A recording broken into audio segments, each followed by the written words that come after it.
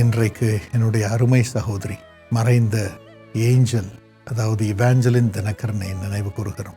40 வருடங்கள் ஓடிவிட்டன.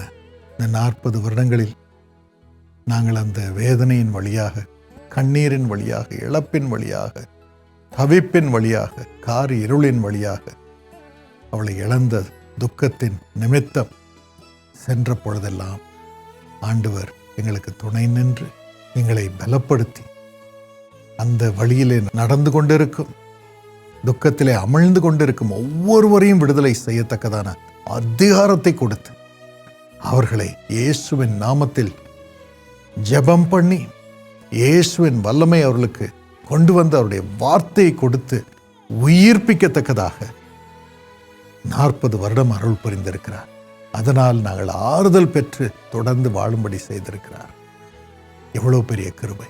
லட்சக்கணக்கான மக்களுடைய கண்ணீர் துடைக்கப்பட்டிருக்கிறது.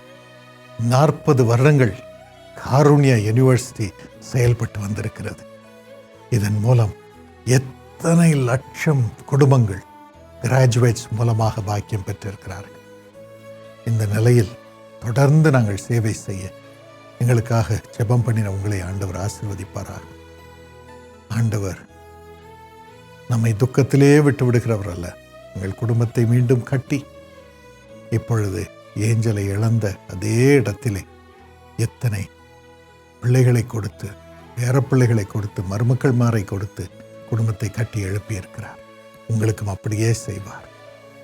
ஆண்டவர் உங்களை ஆசீர்வதிப்பாரா. தொடர்ந்து உங்கள் துக்கத்தின் மத்தியில் மற்றவர்களுக்கு சேவை செய்ய உங்களையே ஒப்புக்கொடுங்கள். அதுவே ஜீவன். இயேசு வருவார், உங்கள் மூலம் ஜனங்களை ஆசீர்வதிப்பார். அவருடைய ஜீவன் உங்களை நிரப்பும், உங்களை பலப்படுத்தும்.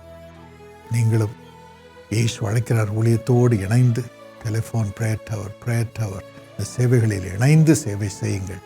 ஜீவன் பெற்று வாழுங்கள்.